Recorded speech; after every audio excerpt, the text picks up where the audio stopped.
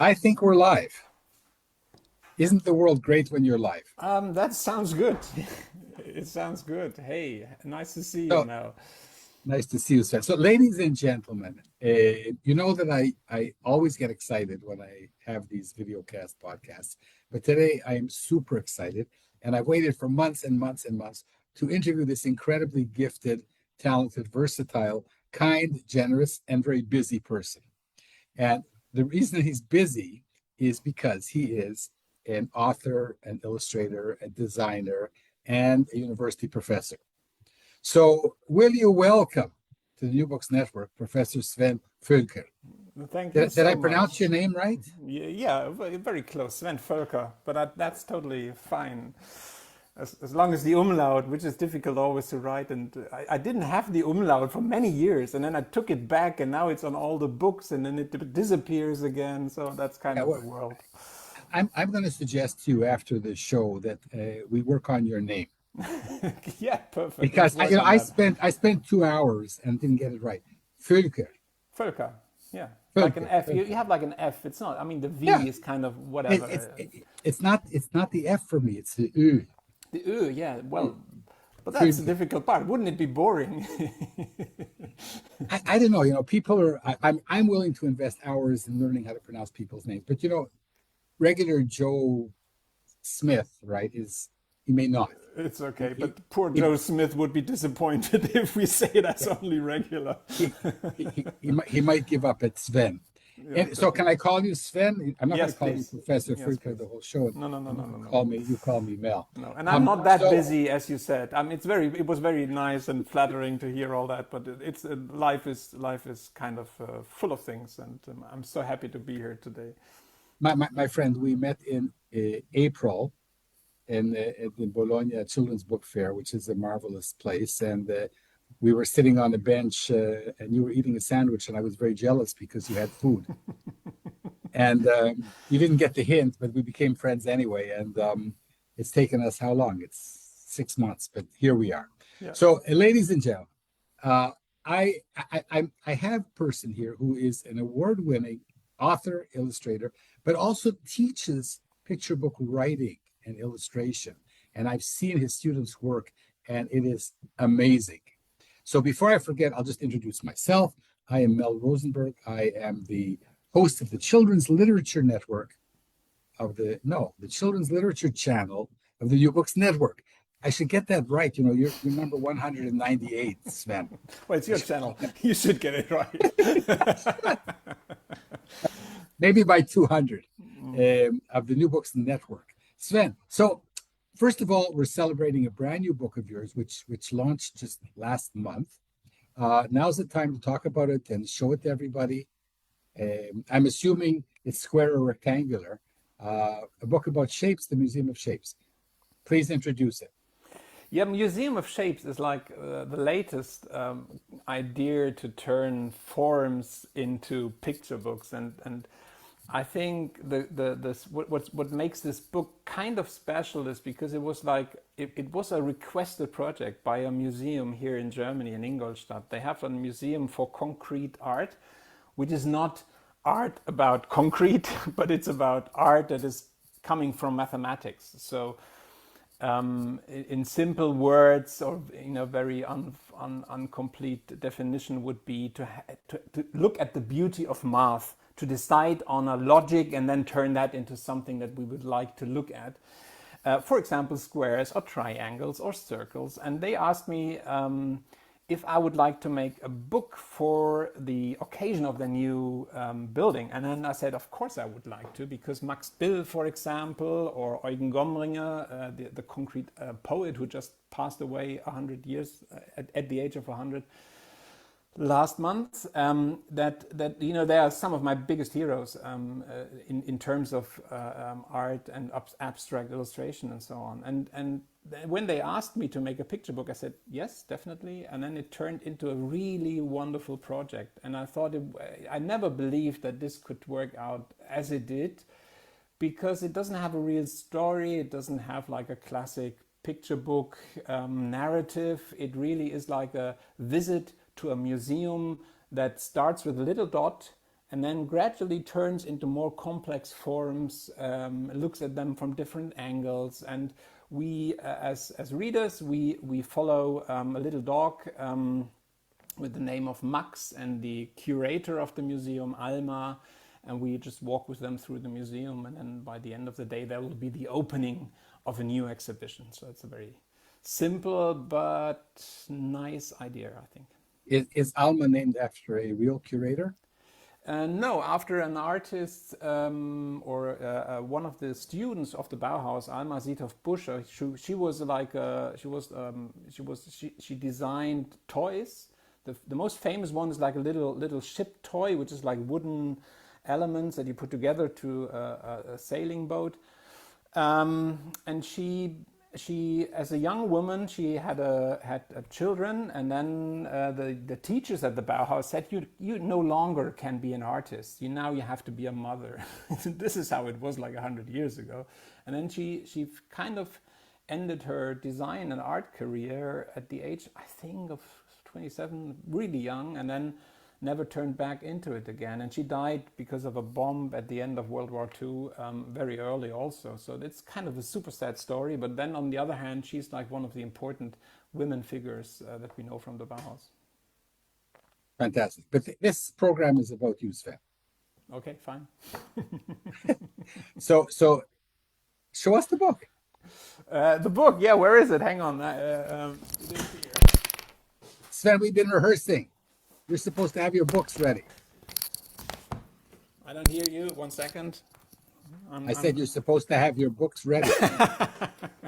Yeah, I know. This is it. Sorry. This is the Museum of Shapes. And as you can see, the shapes are like bubbling out of the building. And then you start with, which is, I think, always the most important page in a picture book, which is like the opening, the end papers, the front end papers. Here in Israel, we call it Vorsatz. Yeah, here in Germany we call it Vorsatz. You see, we have something in common. So much. And the museum, then it starts, to get into it. And this is Alma and the dog, Max, and they, very at the beginning, we talk about where the forms arrive at the, hang on, I'll have to push it a little bit down so it's easier for me. So the shapes arrive.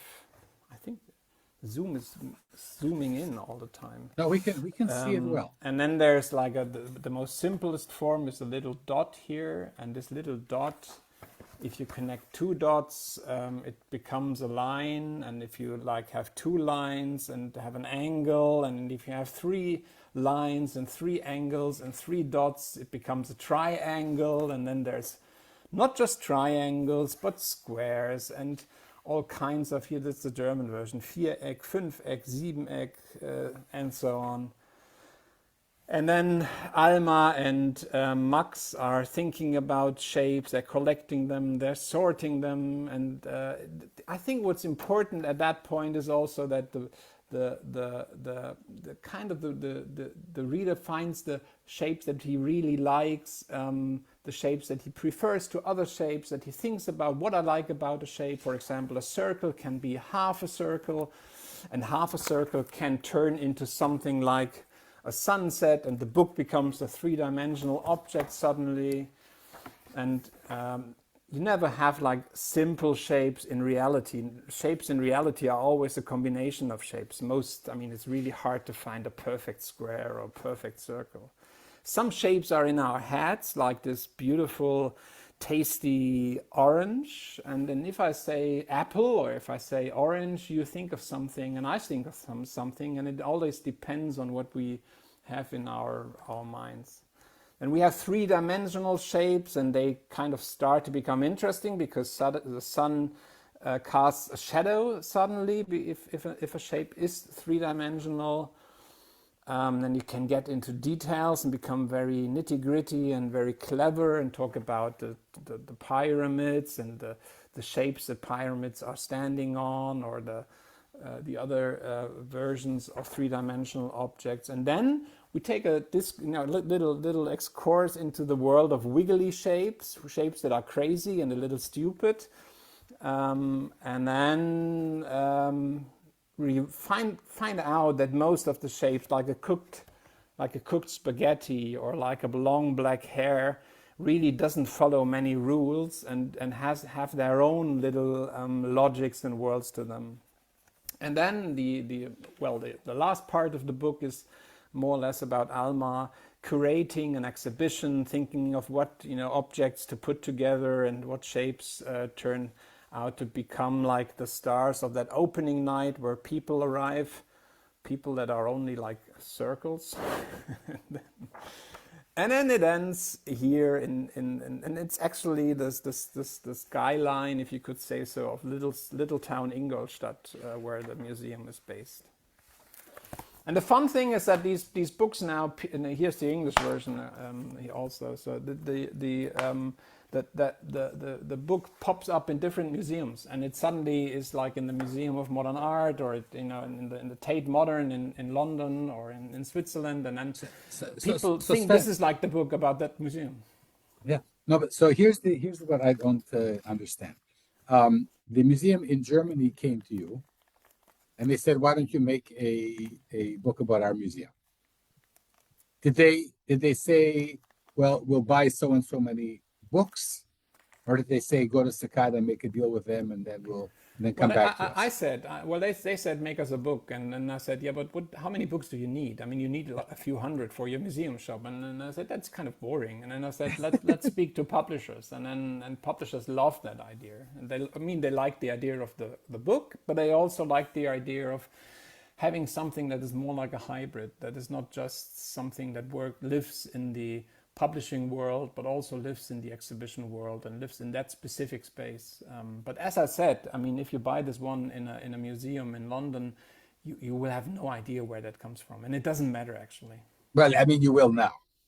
You will probably now, yeah. There's a little sentence in the end, but one last, I think, important thing about the concept of this book is that I wanted the word art to be nowhere in it.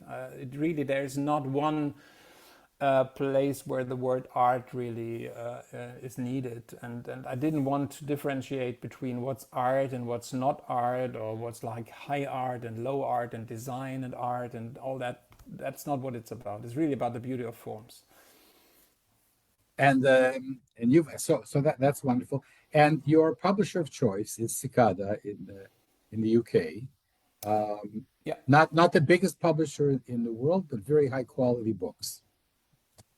Definitely, and they are what makes them. I mean, I say they, but I mean they're really Ziggy Hannah, or and she's like the really wonderful person that totally understands the world of art and picture books, but she also understands the world of publishing and selling, and she really. I have not met many people that have this foot in both worlds and kind of work with it, and not just try to sell books or just try to be arty-farty, but nobody is interested in buying these books, and that's what makes them a really special publisher. And I'm also working with other publishers. My next books are coming with Raum Metallic in Italian, so I think a good thing about publishing picture books is that you don't have to stick to one publisher. I would never do that. I always have 3, 4, 5 publishers in my little list here. I'm happy to hear that. But up until now, most of your books have been with Cicada. You have one with Felder from last year, the piano, which I really love. The very small publisher also. Yeah. That's okay. But Cicada manages to sell in North America. Yeah. And your book, The Million Dots, which is maybe up until now your best known and your best-selling book, was cited as one of the 10 best picture books for 2019 by none other than the New York Times. Yeah. So for an author illustrator from Germany, publishing in the UK, that is a huge honor. Yeah, that was a huge honor and a huge relief as well, because it was only my second picture books, and my first picture book, as you probably know, it was published by Nord-Süd, North-South Books, and it was a book together with the musician Sting, and I thought it would be like easy to get into this world of picture books, but it was super difficult, and I've been really struggling for 3 or maybe 4 years to get my second book published, and or published with a good publisher. And then I kind of thought maybe making picture books is not really what you want to do, what you Sven, can do. let's roll back now, because Okay. now we're going to talk about Sven, the human being, the child who became the Yeah. professor of illustration. So, where did you grow up? What were you like as a kid? How were you drawn to art? And I also do not like distinguishing art from illustration. I do not understand the difference. Um, so maybe you do, but tell us what were you like as a child? I grew How did up this in grow? South Germany in a very small village with a very big church, and I was like like this little minister, in the church, and it was a very a kind of boring place. And I wanted to escape as far away as possible, and it took me to Bremen, North Germany, and then to the art school. And the first day in art school was really exciting because I went directly to the illustration class, and I thought I'd be the best illustrator. Would be making picture books, and I was like only 22 years or so. And then I sat there next to all these other young students, and they were all able to draw, and I had no idea how to draw, and I was One terrible at second, drawing. Sven, we're getting ahead. You mentioned Bremen, which is a very important place in the history of children's books, as is Germany in general. But you didn't say anything about your childhood. Were you drawing from a young age? Did you No, I fall in wasn't. love? I Did you wasn't. fall in love with picture books? I Are the picture books you grew up on I different had from the no picture no. books? I think it's important to understand that I'm not an illustrator. I'm not a visual artist as many others are, and I don't come from that world. I really, of course, I did art and I made paintings and I made graphic design, all that. But I'm not an illustrator, and I would never say I'm an illustrator. I've never done one illustration job for a magazine or something. I only make picture books. And as a young child, the last thing I would be doing would be drawing. I was playing the drums. Actually, my career would have been one in music if I wouldn't have been so unsuccessful all the time. And me too. What kind of music?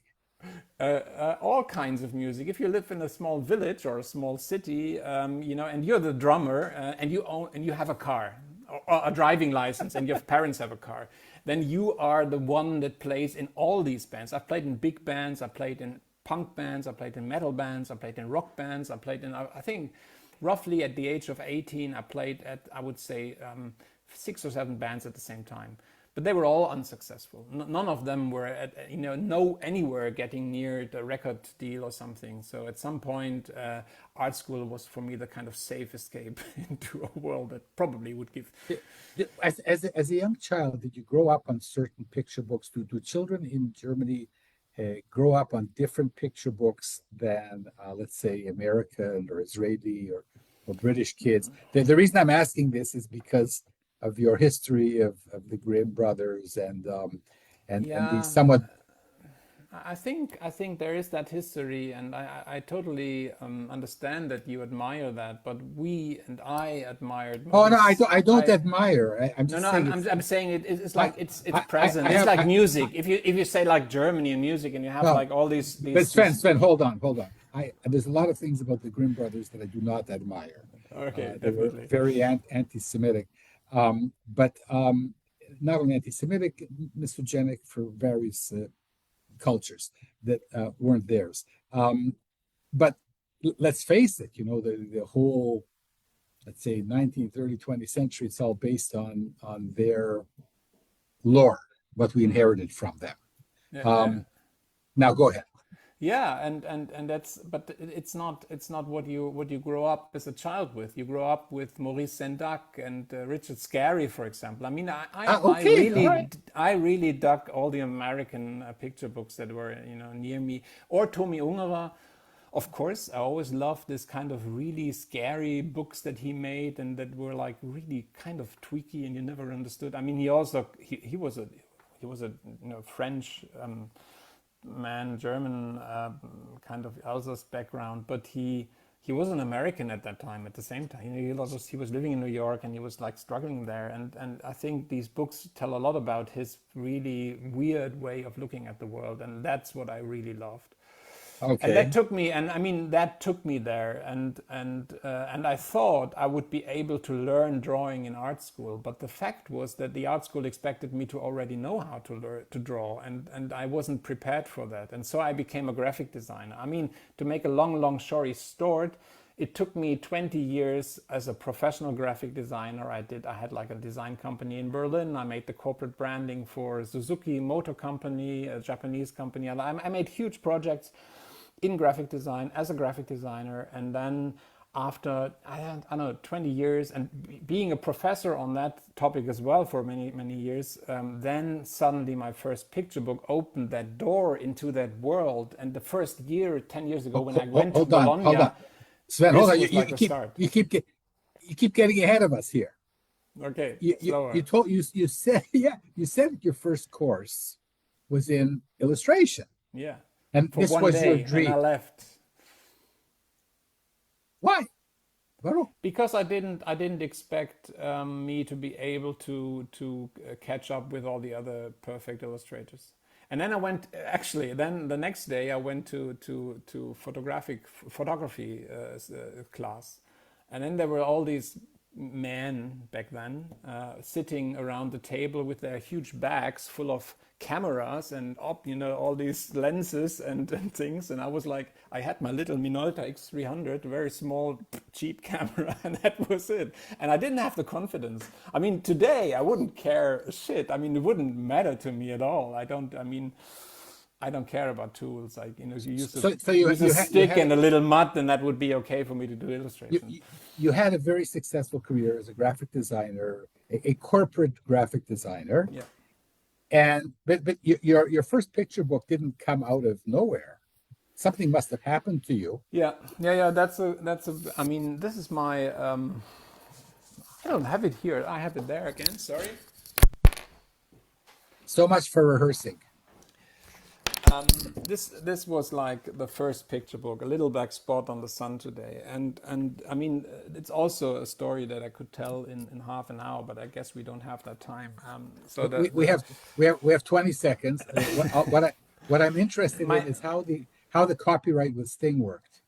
Yeah, well, I sent a box with my illustrations to his management in New York, and then nothing happened. And then a few weeks later, I received an email saying Sting really loves those illustrations, and he wants us to make a book. And then I said, yeah, okay. And then I asked my neighbor, who was an agent in the music industry, and she kind of got the right question solved, which was more difficult than expected. If Sting likes it, I like it, we make a book. What's the problem?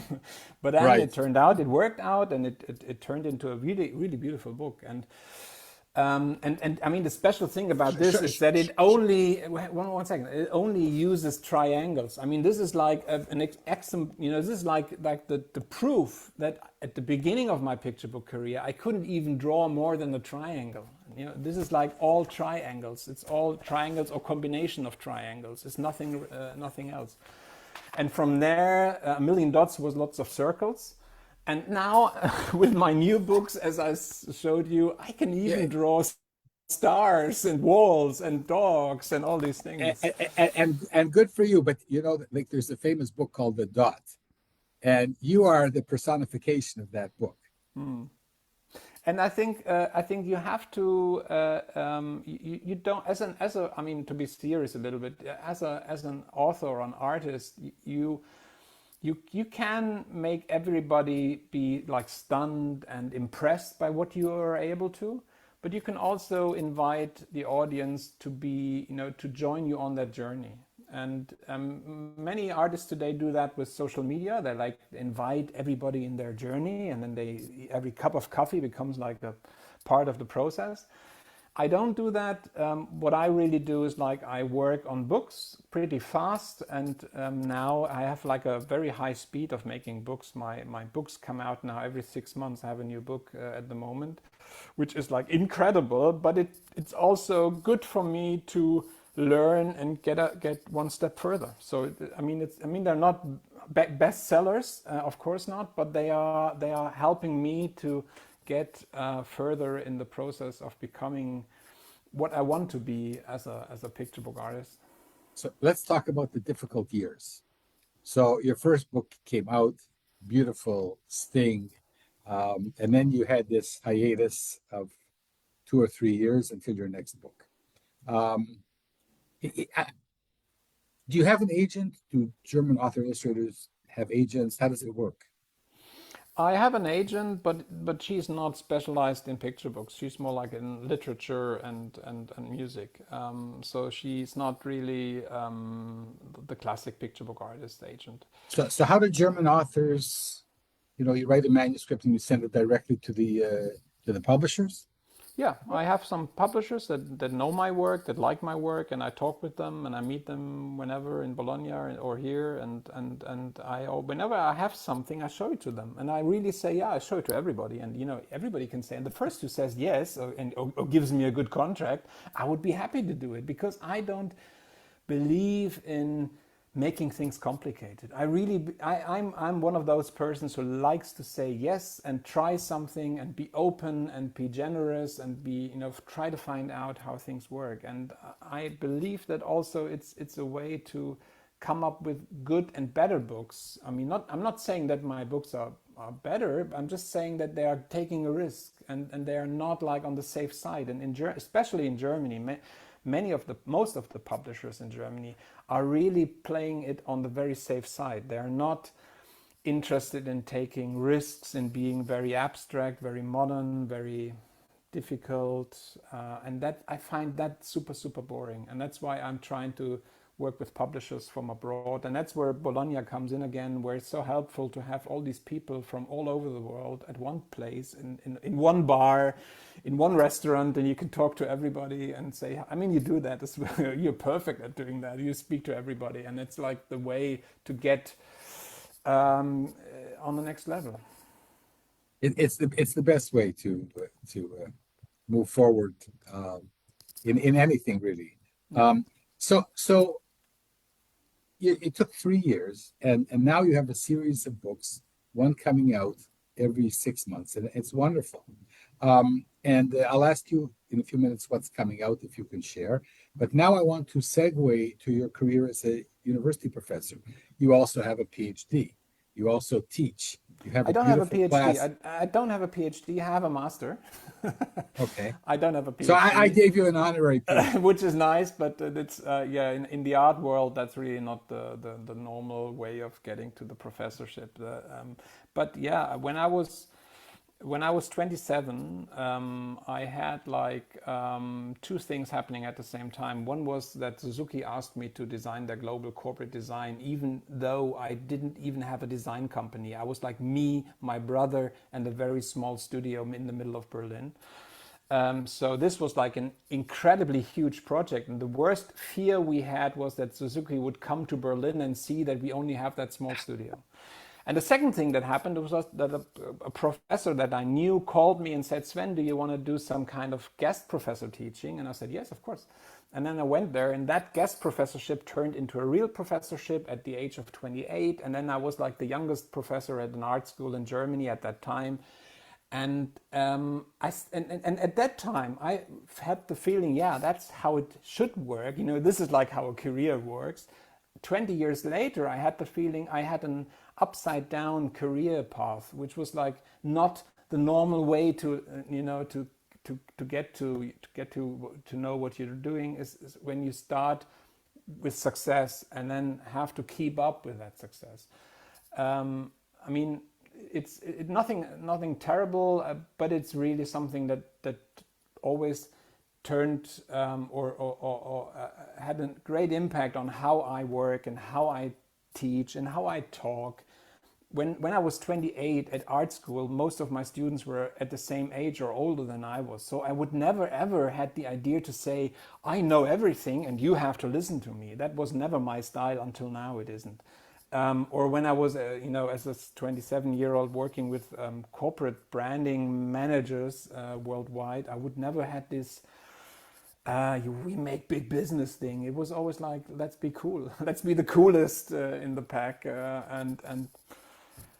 and I think that really made a huge impact. But after 10 years in the corporate world or in the art school world, I thought this is not what I want to do the rest of my life. And then the story about this book, it has a lot to do with my child becoming ill and becoming then good again after many years. But at that time, it was really complicated, and then you question everything, and you think like, what's really, what makes sense, what's important, and what do you really care about and what not. And then picture books, I think, is not just something that is really a good way to create art that makes sense, but it's also something and a format and a medium that works very well for me. Telling a story on 32 pages, very simple, to a young audience, so you don't have to be too serious. You can be like crazy, but also to an old audience, because there's more or less all the time there's an adult sitting next to the child trying to read that what you've been creating. So I think that's and also children don't buy the books. yeah, and that's why I really like that genre, if you can say. And then I think the final moment where I thought this is the right decision was when I went to Bologna and I saw all those really nice people. Because in the corporate world or in the university world, people are not that nice all the time. But in picture books, they are so nice. It's really like that's only friends. I've never met a terrible person in Bologna. I'm getting goosebumps just thinking about it, because think of how many people I've met and interviewed, and people in this genre are incredibly nice, kind, generous. And you talked about your church in your small town, and for me, children books, it's my temple, it's my synagogue, it's Yeah, my yeah. it's my calling in life now. It took me more years than it took you, but still to break in. So tell us now when you began this amazing course of teaching young, talented people to create their own picture books. The reason I started 2 years ago was that one of my students who did her master's degree with me, with Lidia Brankovic, and she made the book Grand Hotel of Feelings, which is super successful. I mean, many people have seen that. It's like translated in more than 30 languages. It's really a bestseller. And she made that as her degree project with me in university. And then at that point, I thought, if she can do that, there might be a second person or a third person among my students who could do that. And then I thought, yes, I'll be making it. Because until then, I always thought I cannot teach children's books if I'm just like about to learn it myself. I'm not like a professor in children's books at that time. But now I realize that was stupid, of course, because of course I am, and of course I can teach that, and I can learn a lot from my students as well, which is honestly what I do most of the time. I let them do the work, and then I try to steal as many ideas that are floating around that place as I can. I would love to take that course. And we talked a little bit in Bologna. I also had the experience of teaching picture book writing, but together with a professor of illustration who was very talented. So how do you teach? What is there a curriculum? The students come. Tell us a little bit about this. It's intriguing. People can go to the website of your students' work, and after one course, they're creating beautiful picture books. Yeah, we have a very strict agenda, to be honest. It's like we start now, next week, and then we have like 12 or 14 weeks until the end of the semester. We meet every Tuesday at 10 o'clock. The first thing we do is I bring 10 or 15 picture books from my collection, and then I put them on the table, and then I ask the students to pick one, and then always a pair of two students, one will read the book to the other one. Because I think it's really important.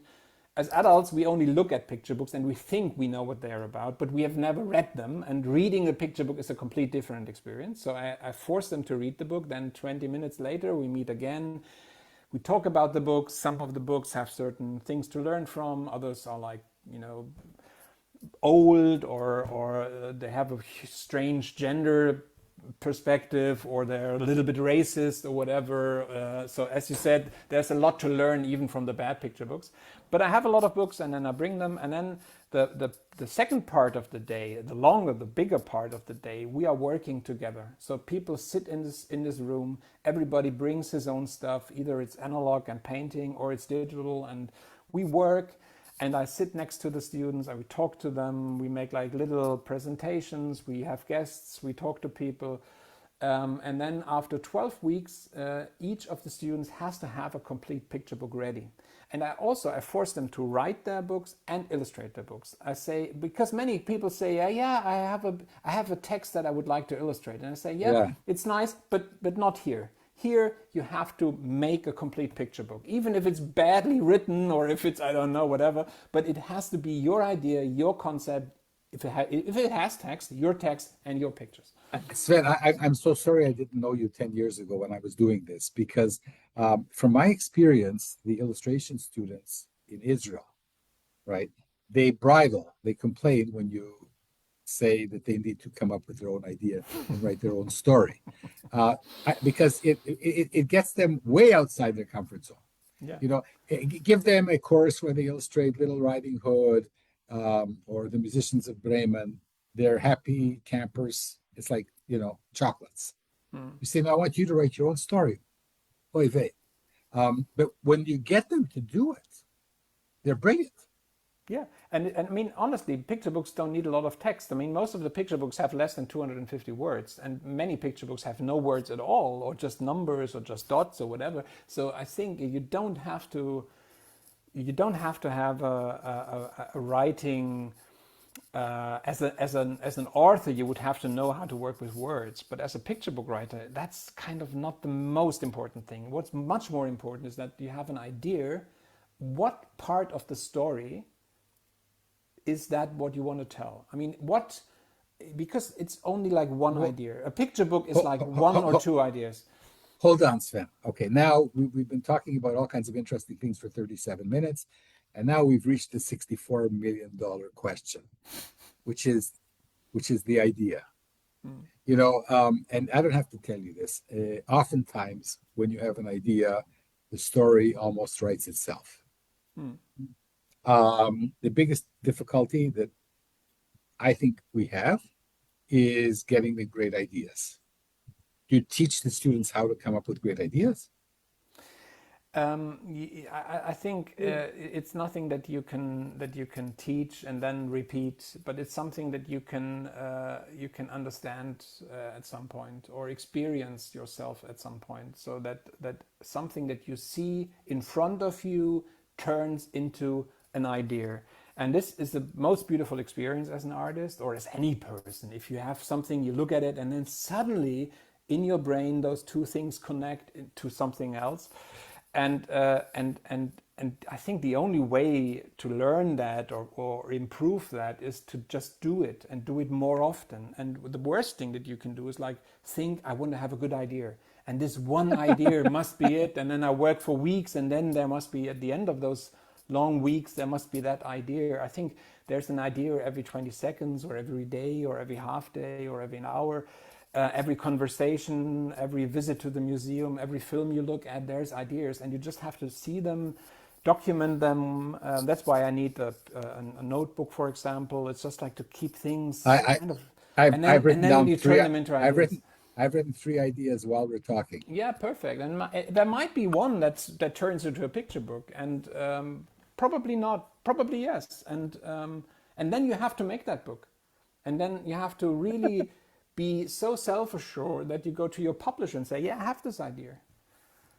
I spoke to Leo Timmers with my students. Leo Timmers, the Belgian illustrator and author, and he said, yeah, he always makes these little, very small dummy books, and he has like 10 finished perfect ideas, and he shows them to the publisher, and from those perfect ideas he only like makes one of the books, because his way of illustrating, he's drawing everything by hand, and it takes him like 4 weeks for a spread to illustrate, is so much work that he spends the rest of that year working on one of those great ideas and turns them into a picture book.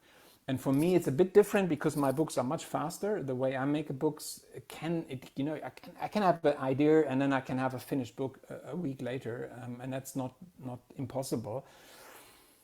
For me, it's more important to stay relaxed and easy, even if the deadline approaches and I don't have anything to show. So what happens if, let's say, the course is only we're going to talk after this, but I'm dying to meet your students. What happens if 3 or 4 weeks go by and you have 14 weeks to finish the project and nothing is gelling? The student gets very nervous. Yeah, but that's also an experience that you have to go through. You have to kind of stand the problem, to the idea to throw something away just because it's not good, because it's just not good because you didn't really finish it. If an idea is good at the beginning, it will be good at the end. The only thing is, you probably don't find the right way to draw it or to illustrate it, or you have to throw away things, or there's characters in the stories that need to leave or come back in another book, but not now, and these are hard decisions, and these hard decisions take time, and then I don't have a problem with that. Just to understand the process of these 14 weeks, at the end of those 14 weeks, I force them to create like 6 or 7 spreads as pictures, as dummies. Like it's a bit like a fake catalog of books that don't really exist, but they are there on the website, so we can show them to publishers. They don't have to be finished already, and they don't have to have 32 pages. They can be only like a third of the book. And a So title. the books aren't finished?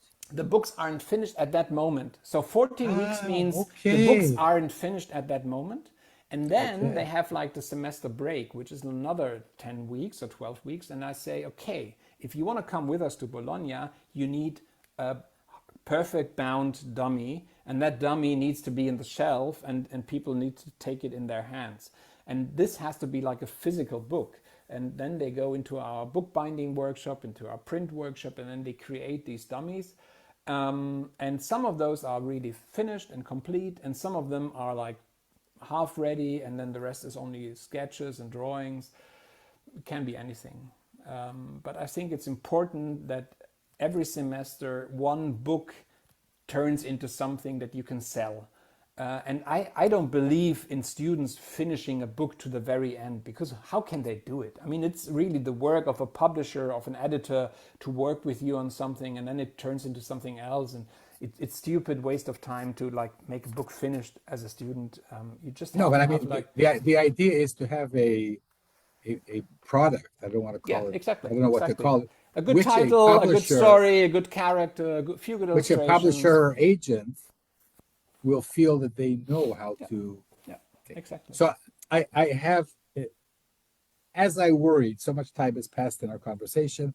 I have 2 more important questions for me. And the first one is the gender question. Most authors of picture books, most illustrators are women.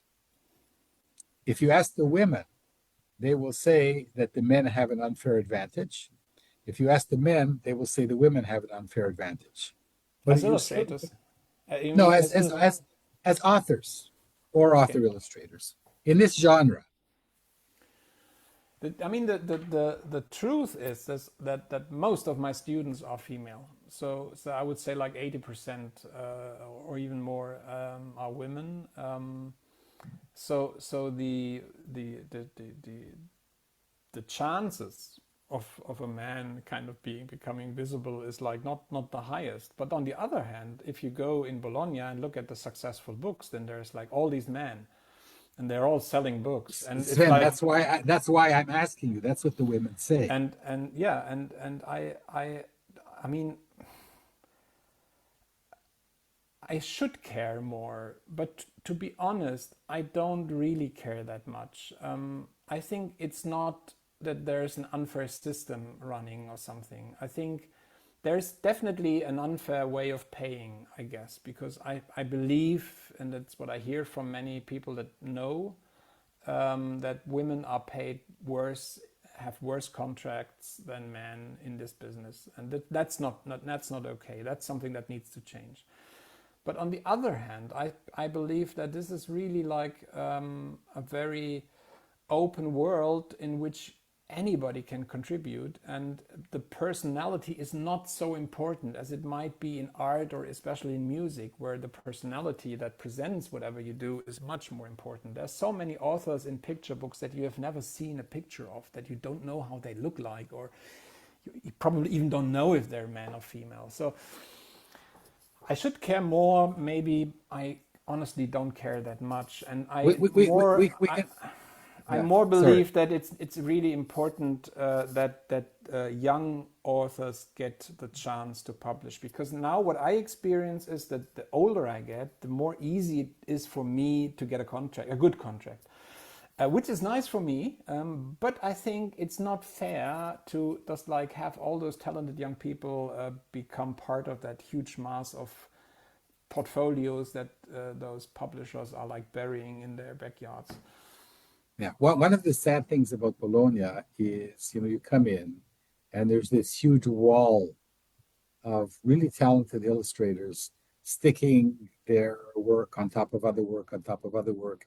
And the odds of getting published as an illustrator are so low. I mean, I don't know whether they're as low as those of authors, but the odds of getting published in picture books is extremely, extremely low.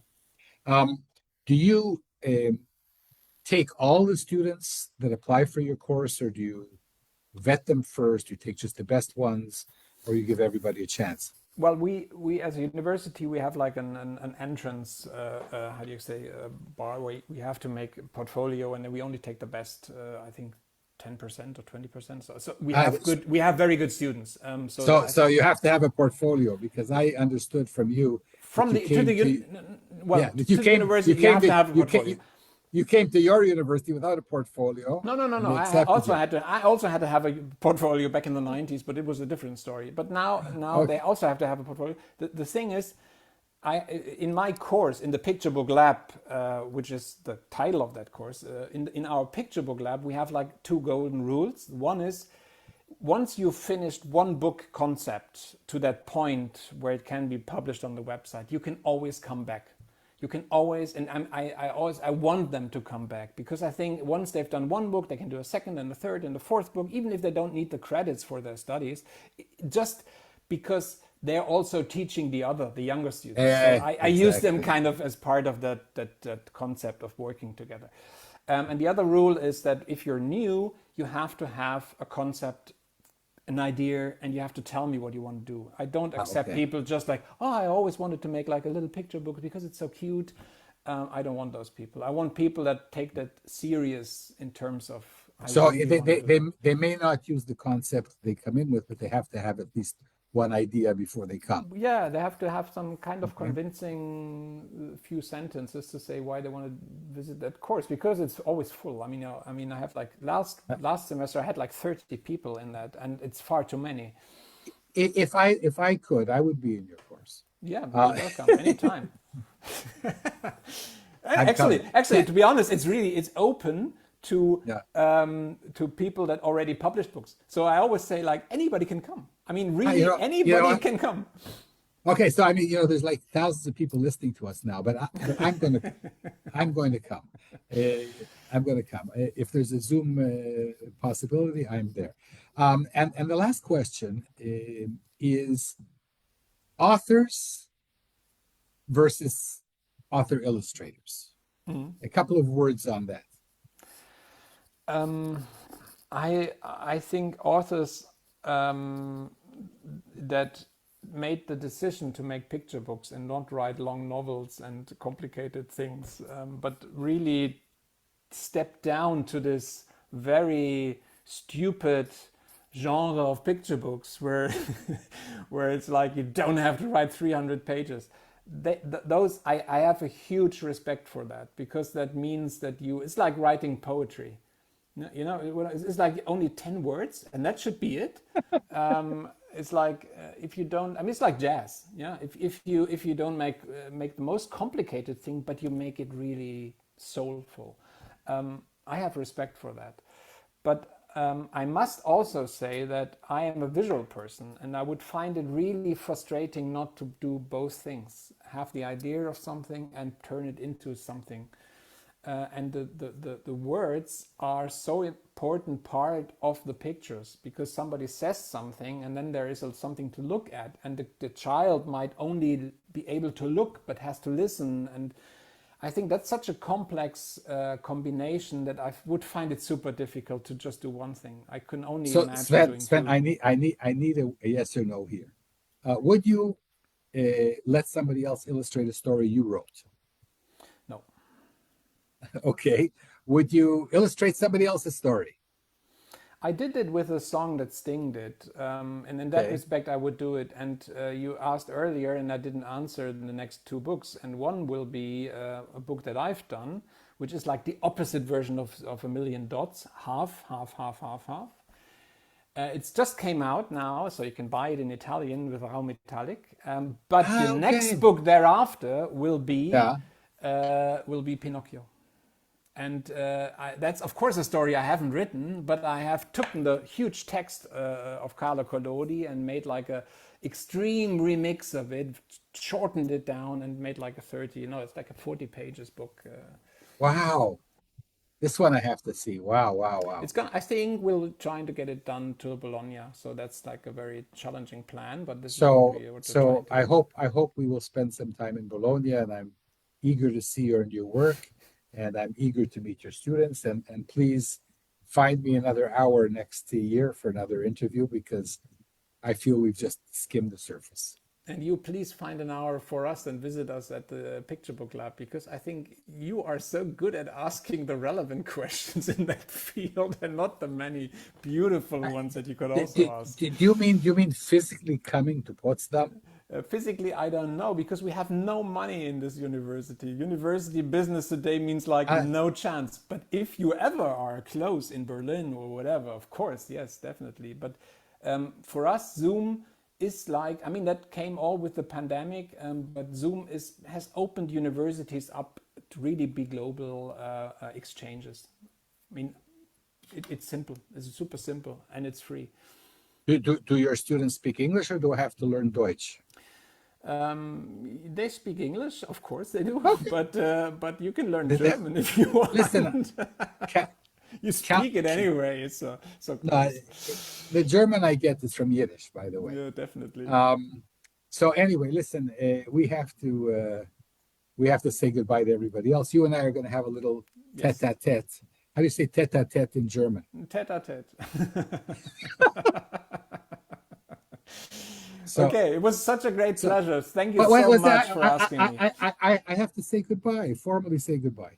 So, Thanks. Professor Sven Volker, that's the best I can do.